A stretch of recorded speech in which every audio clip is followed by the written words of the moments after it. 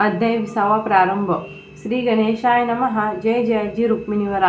हे चंद्रभागा तटविहारा, देवा वरद पाणी धरा दासगणूच्या मस्तकी. तू भूपांचा भूपती, अवघेचा आहे तुझ्या हाती. मग माझी फजिती कार्य ऐसी मांडलीस. माझे पाप ताप दहन करा कृपा कृशाने करून. राहो आनंदी सदा मन, तुझे भजन करावया. यात अंतर केल्यास वृत्ता तुला लागेल दोष. खऱ्या थोरांनी आपण असं पट्टा लावून घेऊ नये. म्हणून हे श्यामसुंदरा राही रुक्मिणीच्या वरा. पांडुरंग परम उदारा, माझी इच्छा पूर्ण करी. असो समाधिस्थ झाल्यावर श्री गजानन साधवर म्हणू लागले नारी नर.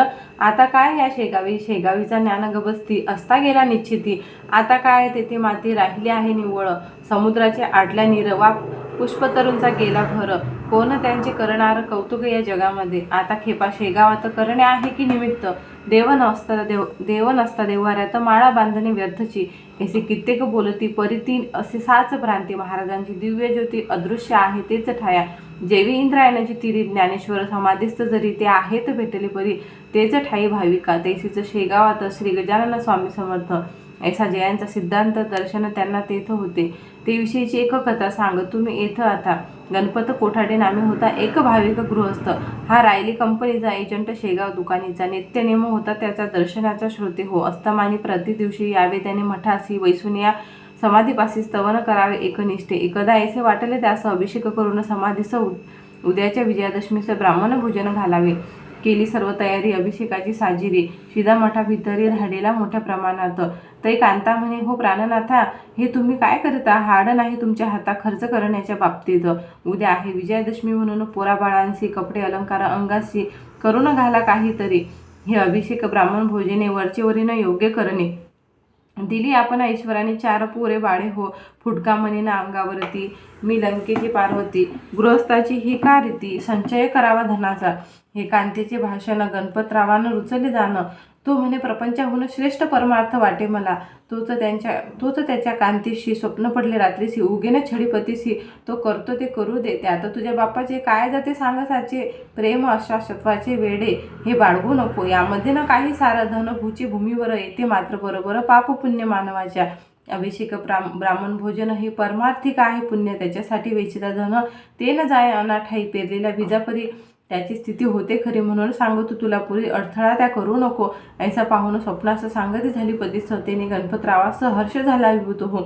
आले काही प्रत्यंतर महाराज येथेच साचार. सोडून द्यावा कुविचार आजपासून काहीतरी.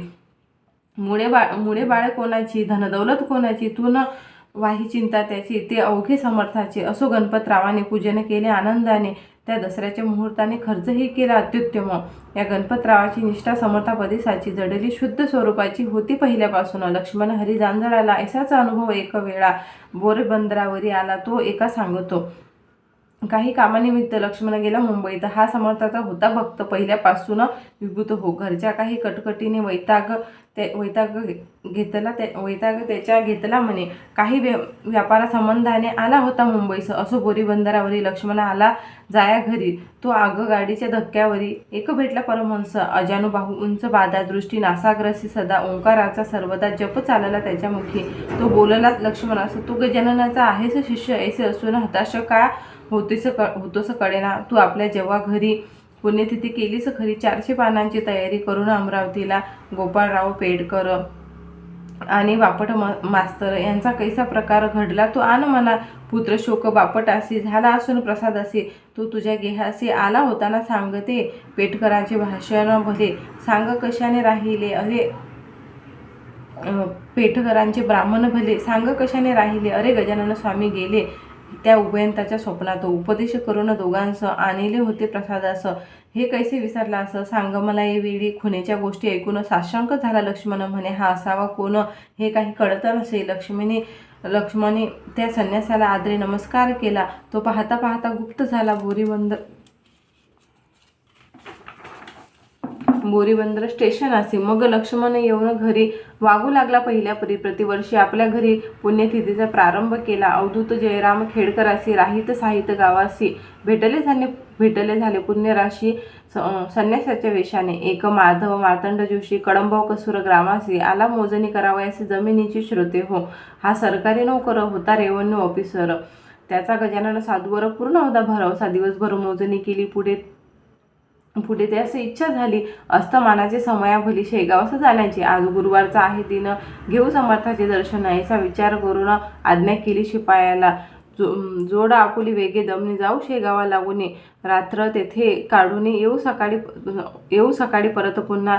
तैतू शिपाई कुतुबुद्धीनं बोलला कर जोडून. आभाळ आले भरून याचा विचार करावा. मन नदीला पाणी भले आहे थोडं के आता आले. पाही पाणी गडूळ झाले म्हणून केली विनंती. जोशी म्हणाले त्यावर अरे आता हो नदीपार जा दमनी करी तयार. उगीच सबबी सांगू नको.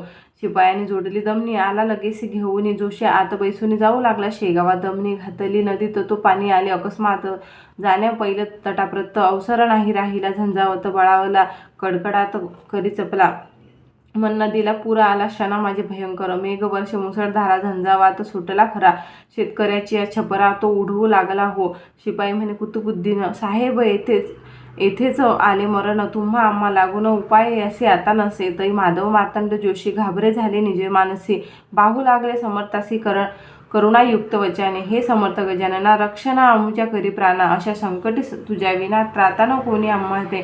कथा ऐकेली पुराणात जहाज बुडता समुद्रात. त्यास संताने देऊन हात रक्षण केले सर्वस्वी.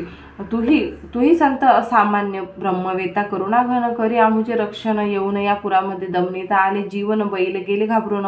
मग जोशी पुढे होऊन बोलते झाले शिपायास तू आता मागे सर अवलियांचे भजन कर. तेच नेतीला आपणा पार. त्याची चिंता करू नको.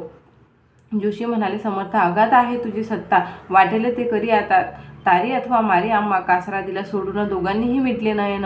तो काय घडले वर्तमान ते आता परियसा. ऐशा महापुरातून पहिलं तटा पावली दमनी. उभी राहिली येऊन सडकेवरी शेगावच्या. ऐसा प्रकार पाहता आनंदले उभयंता. पहा केवढी अगाध सत्ता आहे अवलिया बाबांची. पुरा माझी रक्षण केले निज भक्तांना बुडू दिले. जोशी शेगाव प्रत्ये आले एक घटका रात्री. वंदन केले समाधीला. पालखीचा पाहिला सोहळा. दुसरे दिवशी बहुत केला दान धर्म जोशांनी. बाळाभाऊची या पासी ब्राह्मण भोजन घालण्याचे काही रुपये अतिहर्षी जोशी देते जाहले. साकल्ले कथिले वर्तमान बाळाभाऊ लागून. हे नवसाचे ब्राह्मण तुम्ही घाला माझ्यास्तव. काकी मला रजा नाही काम जरुरीची पाही. ऐसी सांगून लवलाही जोशी गेले निघून. एक यादव गणेश सुभेदार होता हिंगणीचा राहणार. हा करीत असे व्यापार वराडात कापसाचा. यास एके साली भला 10,000 तोटा आला. त्या चिंतेने क्षीण झाला. काही न सुचे मानसी परी. व्यापार सोडवेना चिंतामणीचे जाईना. फायदा काही होईना त्याच्या मनाप्रमाणे. फायद्यासाठी खटपट करी नाना प्रकारे साजेली. स्वस्त ना बसती व्यापारी राहती सदा प्रयत्नात. हा एकदा वर्ध्यात आला काही कामानिमित्त. उतरण्या गेला घराता विनायक अस्रीकरांच्या. तो इतक्यात तेथे आला एक भिकारी बुधो भला. भिक्षा काही मागण्याला अस्रीकरांच्या घरात. पोशाख अवघा मराठी करामाची. भव्य काठी डोईस होती टोपी मोठी. बनातीची मडकट. कंप वायुनी शरीर कापत होते वरचे वर. त्यास पाहता अस्रीकर चित्ती परम कोपले. जा बेट्या मागल्याद्वारे तेथे भिडेल भिक्षा खरी. नको चढूस पायरी ओसरीची ये वेळा. परी हे बोल त्यांचे भिक्षेकरीन माणसाचे. येऊन वरती ओसरीचे यादवा सानिध्य बैसला. घाल भिक्षा काहीतरी असे म्हणून पुढे करी. भिक्षापात्र भिकारी यादव सुभेदाराच्या. यादव म्हणे मनात भिकारी हा लोचट बहुत. नको म्हणत असता इथं हा बैसला येऊनी. त्या ते पाहताने हळून तैतू भासला गजानन. सुभेदारा कारण शेगावचा राजयोगी. दृष्टीच तेज अत्यंत. स्वरही त्यांच्या परी सत्य. फरक इतकाच होता त्यात कंप होता तनूला. तेज मुद्रा बोलणे होते समर्थाप्रमाणे. ते पाहून ऐसे म्हणे सुभेदार निज चित्ती. हा जरी मानू गजानन तरी ते गेले समाधीस्थ होऊन. आता महाराज कुठून पडतील आमच्या दृष्टीसी. काही असो पैसे दोन देव भिकाऱ्या कारण. श्री गजानन समजून गुहापोह ज्याचा नको. पैसे घेतले भिकाऱ्याने आणिक काही देई म्हणे श्री गजानना कारणे. शेरणी वाट गुळाची. ते वायदे करीसी वरचे वर. ते मी न आता मानणार. तोटा 10,000 तुझं व्यापारी आला ना त्याचा विचार अंतरी करून दे काहीतरी. रुपये मजला लवकरी काढ पाकिट खिशातून. ऐसे भिकारी बोलता सुभेदार झाला देता काही रुपये तत्वता पाकिटाचे काढून. भिकारी म्हणे ते अवसरी संतुष्ट मी इतक्यावरी. होत नाही दे लवकरी आणखी रुपये काही मला. पुन्हा रुपये काढिले भिकाऱ्याचे अर्पिले. तो इतक्यात घरात गेले विनायकराव अस्रीकर. यादवराव एकटा बसला होता आश्रीकराच्या ओसरीला. ते पाहून बोलला, सुभेदारासी येणे रीती संशय गजाननाविषयी का घेतोस चित्ती पाही. कपडे काढून उभा राही माझ्यापुढे ये वेळा. तुझ्या अवघ्या अंगावर दृष्टी पडू दे एकवार माझी, तेने होईल दूर व्याधी तुझी यादवा. तू मजला मुलापरी कारे लाजसी अंतरी. ऐसे म्हणून पाठीवरी हात फिरविला तयांनी. फिरविला नख शिकांत अंगावरून त्यांचे हात. तो आले इतक्यात श्रीकर ओसरीला. रुपये घेऊन भिक्षी करी गेला द्वाराच्या बाहेर. यादवाने बहुतापरी तपास केला गावात. परीनं थांब लागला. शेवटी त्याने निश्चय केला ऐसा आपल्या चित्ताला की हा असावा गजानन. सुभेदारा म्हणे मानसी, हे समर्थ असले आज दिवशी फायदा होईल व्यापाराचे. काहीतरी निसंशय तो सुभेदाराच्या गाड्या आल्या कापसाच्या विकावयासाठी. साच्या वर्ध्याच्या बाजारी विक्री होता किंमत येथे झाली तया बहुत. त्याने यादव चित्तात समाधान पावला आणि निश्चय ऐसा केला जो भिकारी भेटला तो होता समर्थ भला. श्री गजानन योगीराज समर्थ आपल्या भक्ताचे रक्षण करते हरनिशी. निष्ठा मात्र ते विषयी दृढतर पाहिजे मनात. भाऊ राजाराम कौर खामगावी होता डॉक्टर. त्याची तेलाऱ्यावर बदली असे जाहली म्हणून तेथे जाण्याला खामगावहून निघाला. सहकुटुंब मठात आला घ्याया श्रीचे दर्शन. गाडी केली, तेलाऱ्याची तयारी केली. निघण्याची वेळ असता मानाची असती झाली ते वेळा. बाळाभाऊ मठाधिपती तो त्या बोलला येणे रीती. अहो एका माझी विनंती, प्रसाद घेऊन जावे तुम्ही आजपर्यंत गेला ना इथून उपोषित. आज ऐसे विपरीत का हो मनी आणले. यातून आहे व्यातिपात हे आणावे मनात. कवर सांगे त्याप्रत मला निकडन आहे बहु. आज रात्री प्रसाद घेतो, मागल्या रात्री निघून जातो. नसता आग्रह मला तो तुम्ही न करा. ये काळी बोलल्याप्रमाणे निघाला तेलाऱ्यासी डॉक्टर भला. घेऊन मुला माणसांना दमनी माझी बसून. रात्र होती अंधारी महाभयंकर साजरी. वाटी निशा शोक करे निजपतीच्या वियोगे. तो चमत्कार ऐसा घडला तेल्हाऱ्याचा रस्ता चुकला. कोणी न भेटे पंथाला विचारावे कोणा जरी. गाडी अरुंद रस्त्यावर दोन्ही बाजूस काठे फार. गाडी उभी काठावर एका भव्य तलावाच्या म्हणता झाला गाडीवाला. साहेब रस्ता आहे चुकला हे ऐकून कौराला आश्चर्य वाटले मानसी. खाली उतरून जो पाहत तो अवघे दिसले विपरीत शब्द बोलला बहुत तो त्या गाडीवाल्याला. तू तेल्हाऱ्याचा म्हणून तुझी गाडी केली जाणं आडमार्गे आणून आम्हा कैसे सोडिले. मग होतास दारू प्याला म्हणून हा रस्ता चुकला. वाट तुझ्या डोळ्याला दिसली कशी ना सांग. मज तेल्हाऱ्याचा रस्ता थोर आम्ही हमेशा वाहतो साचार. मग आडमार्गावर गाडी कैसे आली तुझी. ऐसे कवर बोलता गाडीवाला जोडी हाता. काहू मजला शिव्या देता. म्यानं अपराध केला की मी हमेशा भाडे करतो. तेल्हाऱ्याहून येतो वाटेल तेव्हा गाडी हाकतो. रस्ता अवघा माहीत मज. बैलही ना कोठे वळले ते नीट येथेच आले. तलाव पाहत स्तब्ध झाले. हा ना रस्ता तेल्हाऱ्याचा.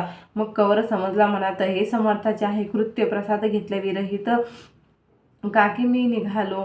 बाळाभाऊच्या विनंतीला मी नाही मान दिला म्हणून माझा रस्ता चुकला. आता वाट गवसे कशी. हे भयंकर कानन येथे म्हशी त्राता कोण गजानन. तुझं वाचून रक्षण माझे कराया. तू तळ्याच्या दुसऱ्या बाजूला घागरमाळाचा आवाज झाला. डॉक्टराच्या कानी पडला. त्याने आला थोडा धीर. गाडीवाल्याचे म्हणे कवर रस्ता नाही फार दूर. या चाहुलीचा सुमार धरून गाडी हा ना आता. ते त्याने केले. काट्या कुपट्यामधून नेले. नीट रस्त्याला लाविले. या आपल्या गाडीत हमरस्ता लागता भली. डॉक्टरांनी चौकशी केली. तो येशापरी समजली गोष्ट त्या कवराते. हे शेगावचे शिवार आहे अजून साचार. मग म्हणाला डॉक्टर चाल शेगावी परत आता. सूर्योदयाच्या समयाला शेगावासी कवर आला. वृत्तांत बाळाभाऊला केला सर्व निवेदन. मग बाळाभाऊ म्हणाले हेच आज बरे झाले. व्यतिपातीनं जाऊ दिले समर्थाने तुम्हास.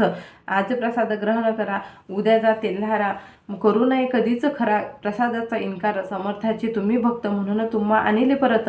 मानवाचे अवघे बेत सिद्धीस जाणे अशक्य. संताच्या जे असेल म्हणे तेच येईल घडून. भरवसा त्याचे चरणी ठेवून स्वस्थ असावे. दुसरे दिवशी प्रसाद असे घेऊन गेला तेलाऱ्याशी. आता पुढील गोष्टीचे अवधान द्यावे श्रवणाते. एक रतनचा नामी नर होता जातीने भावसार. तयाचा मुलगा दिनकर होता 1 वर्षाचा. त्याचे सोबणीचा रोग झाला. कोणी म्हणते सटावाला. बालका उगा सुकून गेला. रक्त न राहिले अंगात. दिसू लागली अवघी हाडे. वरती नुसते कातडे. वैद्य आणले बडे परीनं झाला उपयोग.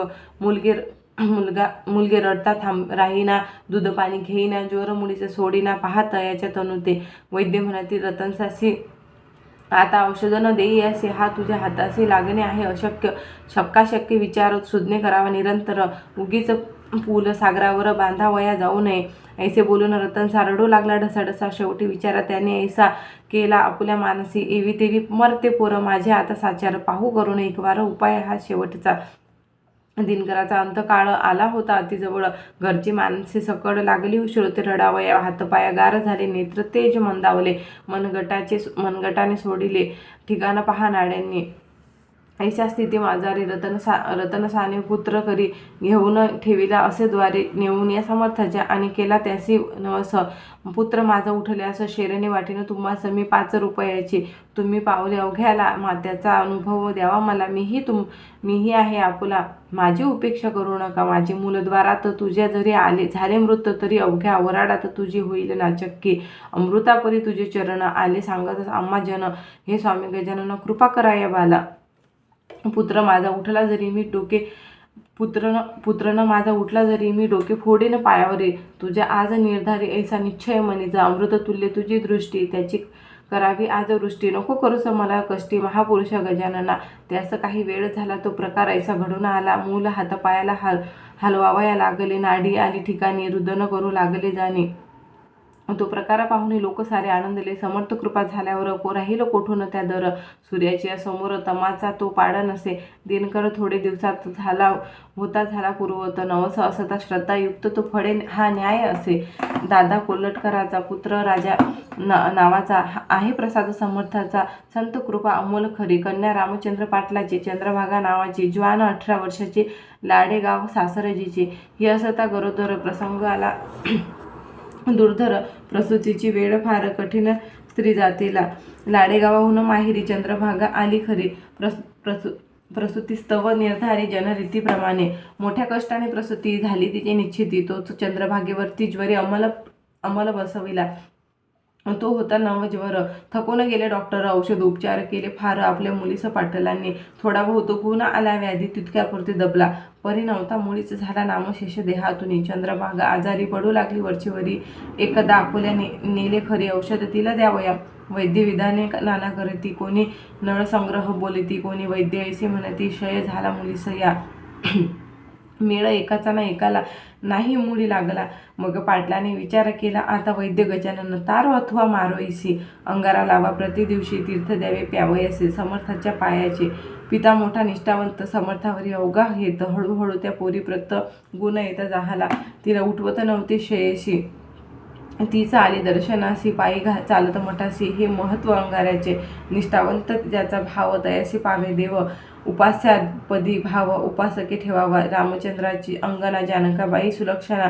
परी दैवयोग सुटेना तो भोगल्या वाचुनी. वाताचा झाला विकार जानकाबाईस साचार. पोट दुखे वरचेवर. काही उपाय चालेना. औषध देता दबे वात. पुन्हा उठे पूर्ववत. ऐसा क्रम दिवस बहुत चालला होता श्रोते हो. त्या वाताची अखेरी होती झाली मस्तकावरी. मेंदू बिघडला निर्धारी. गेली जाणीव मावळून. वेड्यापरी करावे वाटेल ते बोलावे. कधी उपाशी जावे, कधी बसावे जेवत. कोणी म्हणते लागले भूत, कोणी म्हणते रोग सत्य. कोणी काही बंधू लागले तेथ. हा करणीचा प्रकार असे. काकी जितके असती जमेदार त्यांचे असे ते वाकडे फार. दुबळा आपुला दावेजोर. चेटूक करणी करून या औषध उपाय बहुत केले जाणते. हे आणविले गंडे बहुत बांधिले करी. जानकाबाईच्या पाटील घरचा श्रीमंत तो सापडला अडचणीत. म्हणून येता झाला होता अवघ्या त्या दांभिकांना. कोणी अंगात आणावे, वेडाचे निदान करावे, काहीतरी सांगावे धनास्तव पाटलाला. तो विचारा सारे करी कांताबरी न होय परी. विचारा त्याने अखेरी ऐसा रीती ठरविला. वैद्य आता गजानन जाणता आता गजानन. देव ऋषी आता गजानन. तो जे वाटेल ते करो. माझी बायको सून त्याची. ही भावना माझी साची. आता अन्य उपायाची गरज नाही आम्हाला. तू उद्यापासून प्रांतकाली करी स्नान. मठा माझी जाऊन घाली प्रदक्षिणा समाधीसी. ते तिने पतीचे वचन सर्वथैव केले मान्य. समर्थ समाधी लागून घालू लागली प्रदक्षिणा. गेल्यानं त्या मात्र वाया. दया आली सद्गुरुराया. वातविकार जाऊन या निद्रोष ती जाहली. खऱ्या संतांची सेवा ना जाई वायासाची. परिनिष्ठा मानवाची जडणे तेथे अशक्य. समर्थाच्या नंतर बाळाभाऊ गादीवर बसले. त्यांचे चमत्कार काही थोडे जाहले. हे वैशाख वद्य षष्टीशी शेगावी गेले वैकुंठासी, त्याच्या मागून गादीसी बसले येऊन नारायण. बाळाभाऊ जेव्हा गेले तेव्हा नारायणसे स्वप्न पडले, नांदुरे ग्रामी भले ते थोडे सांगतो. हे माळी नारायणा, तू शेगावस करी गमणार, रक्षणा भाविक जनांना ऐसे मला वाटते. ऐसे स्वप्नी सांगून निघून गेले गजानन. म्हणून आले नारायण शेगावा माझारी. काही दिवस यांनीही अधिकार चालविला ते ठाई. यांची समाधी झाली पाही चैत्र शुद्ध षष्टीला. पूर्वसुकृता वाचून संत सेवान घडे जाण, संत सेवेचे महत्व पुण्य त्या पुण्या पार नसे. श्री गजानन लीलेचा पार कधी न लागयाचा, अंबरीचे चांदण्याचा हिशोब कोणा न लागे कधी.